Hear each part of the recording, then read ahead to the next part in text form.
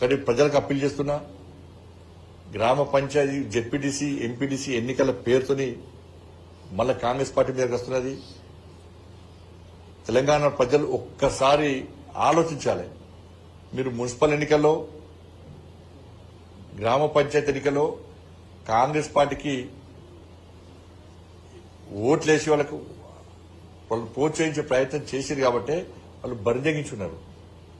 మేము 2,500 రూపాయలు ఇవ్వకుండా మాకు ఓట్లేసారు, 4,000 రూపాయలు ఆసరా పెన్షన్ ఇవ్వకుండా మాకు ఓట్లేసారు, రైతు భరోసా ఇవ్వకుండా మాకు ఓట్లేసారు,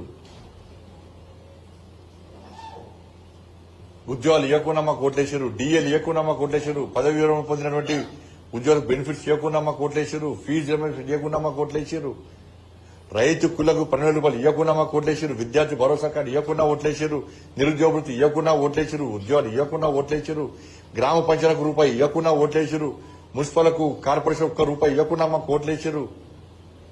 మేము ఆడిందే ఆట పాడిందే పాట అని చెప్పి ఇలా కాంగ్రెస్ పార్టీలు గల్లా ఎగురుసం తిరుగుతున్నట్టే దానికి మీరందరూ తీసుకున్న ఒక చిన్న తప్పుడు నిర్ణయమే ఇలా మన బతుకులు నాశనం కావడానికి కారణమైంది. ఇస్తారు మళ్ళా రేపు ఎల్లుండో ఇవ్వలే, ఇవ్వకుండా మాత్రం ఇలా కాంగ్రెస్ పార్టీ ఏం చేయాలో చేస్తాం.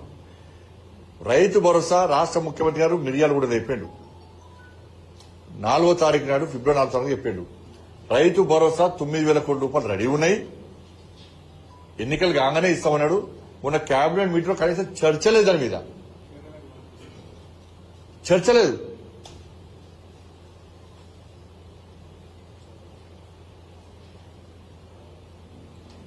ఇప్పుడు జెడ్పీటీసీ ఎంపీటీసీ ఎన్నికలకు వస్తే ప్రజలు ఒక్కటే ప్రశ్నించండి, మీరు 6 గ్యారంటీల విషయంలో గల్లవట్టు అడుగురు కాంగ్రెస్ వాళ్ళను. రైతు భరోసా గురించి అడగండి, మీ పిల్లల ఉద్యోగాల గురించి అడగండి, ఉద్యోగస్తులు మీ డిఏల గురించి అడగండి, నిన్న విద్యా కమిషన్ చూడండి దొంగ రిపోర్ట్ గురించి అడగండి, ఫాల్తు రిపోర్ట్ గురించి అడగండి.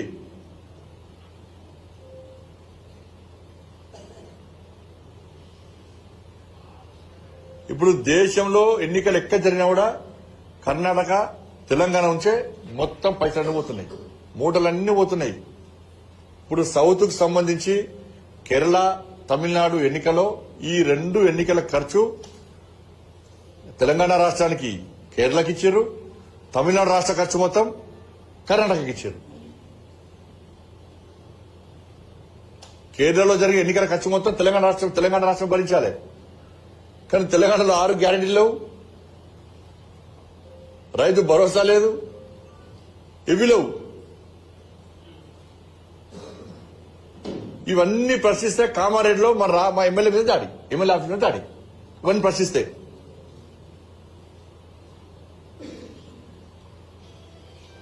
ఏమైంది? మీరు వచ్చి దాడి చేశారు. ఈ పొద్దు మడదంపిరా లేదా? ఒక్క కామారెడ్డి కార్యకర్తలే వాళ్ళు, కేవలం 10 మంది కార్యకర్తలే ఈ పంత మడదంపిరా లేదా? ఇదే తెలంగాణ రాష్ట్రం మొత్తం ఉత్పన్నమైంది. ఉరికిచ్చి కొడతారు మా వాళ్ళు. తక్కువ నాయకులు మేము త్యాగాలకు సిద్దమైన వాళ్ళం, త్యాగాలు చేసిన వాళ్ళం. మేము కేసీఆర్ గవర్నమెంట్ లో కేసులు భరించిన వాళ్ళం, జైళ్లకు వెళ్లిన వాళ్ళం, లాఠీ దెబ్బలు తిన్న వాళ్ళం. ఖచ్చితంగా ఉన్నాం. మేము ఒక సంకల్పం తీసుకొని ఉన్నాం, కాంగ్రెస్ ముక్త భారత్ అనేటువంటి నినాదం తీసుకొని మేము ముందుకు వస్తున్నాం. మేము మీరు దాడులు చేస్తే మేము చేతులు మూసుకొని కూర్చోడానికి మేము బీఆర్ఎస్ పార్టీలం కాదు. మా సహనాన్ని పిరికితనంగా భావిస్తే కామారెడ్డిలో ఏ విధంగా గుణపాఠం చెప్పారో ఇదే పరిస్థితి తెలంగాణ రాష్ట్రం మొత్తం కూడా మా కార్యకర్తలు సిద్దమై ఉన్నారు. మేము దేశం కొరకే త్యాగం చేయడానికి సిద్ధంగా ఉన్నాం. మీ కాంగ్రెస్ పార్టీ గింత పార్టీ ఇప్పుడు దేశంలో 20 రాష్ట్రాల్లో ఇండియాతో పాటు అధికారంలో మేము 20 రాష్ట్రాల్లో, మీరు కేవలం ముచ్చటగా 3 రాష్ట్రాల్లో మాత్రమే ఉన్నారు. 3 రాష్ట్రాలు ఇస్తారు మీకు. జరిగే ఎన్నికల్లో తమిళనాడులో మీరు లేరు, కేరళలో లేరు, బెంగాల్లో లేరు, యూపీ లేరు, అస్సాంలో లేరు.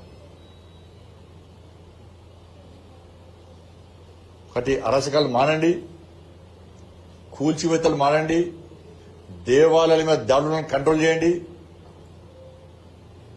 హిందూ యువకులను హిందూ సమాజాన్ని ఇబ్బంది పెట్టే పరిస్థితి మానుకోండి. మా కార్యకర్తలను అరెస్ట్ చేయాలనే విషయాన్ని వెంటనే మానుకోండి. ఇవి పునరావృతమైతే దాని తగ్గట్టు మేము కూడా ప్లాన్ చేస్తాం. దాని ఏమని అనలేదు. ఎందుకంటే మా కార్యకర్తలు సిద్ధమైనారు. అరాచకాలు స్టార్ట్ అయినాయి. బీఆర్ఎస్ పార్టీ ఏ విధంగా చేసిందో వాళ్ళకంటే ఇంకా ఎక్కువ సంఖ్యలో వీలు చేస్తున్నారు. మేము సిద్ధమై ఉన్నాం, అందరం కూడా సిద్ధమై ఉన్నాం. అందరూ ధన్యవాదాలు.